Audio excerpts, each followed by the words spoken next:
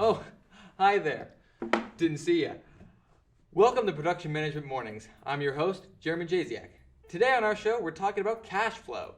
And with me today is David Hilson, our local expert. How are you, Dave? Great, thank you, Jeremy. Thank you for having me on your show today. So Dave, tell me, what is a cash flow and how does it work? Two very good questions, Jeremy.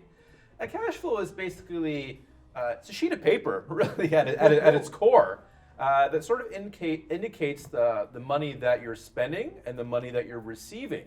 Now, what's important to know about a cash flow is you're not getting all your money up front from your what we call financiers. So they're really essentially purchasing a product from you on trust. They're giving you money, but you're not giving them yet a product until it's complete. So that's why a cash flow plays a very important role in any sort of production.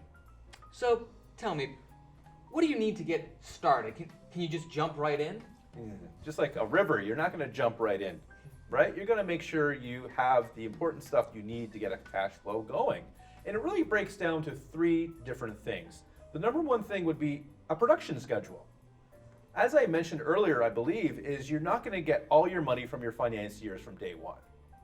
You might get some after 2 months, 3 months, 6 months, and then some later on even. So there's a lot of things that a lot of variables in a cash flow. Secondly, you're going to need the actual list of your financiers, right? You might get some from the Canadian Media Fund or from a Rogers Telefund or the Canadian Film Board. You're not getting all your money from one source. So you're going to want to list those, and that's a major part of the cash flow. Lastly, but certainly not least, let me tell you, is you need the locked budget. Like you need the finalized budget of how much you think this production is going to cost, and that's really important. So those three things is really what you need to get a cash flow up and running, for sure. So Dave, there seems to be a lot of numbers involved in this process. Is that the most tedious part of this kind of work? It is, Jeremy, and I think the bulk of the work comes down to the evaluating and the breaking down of each budget line.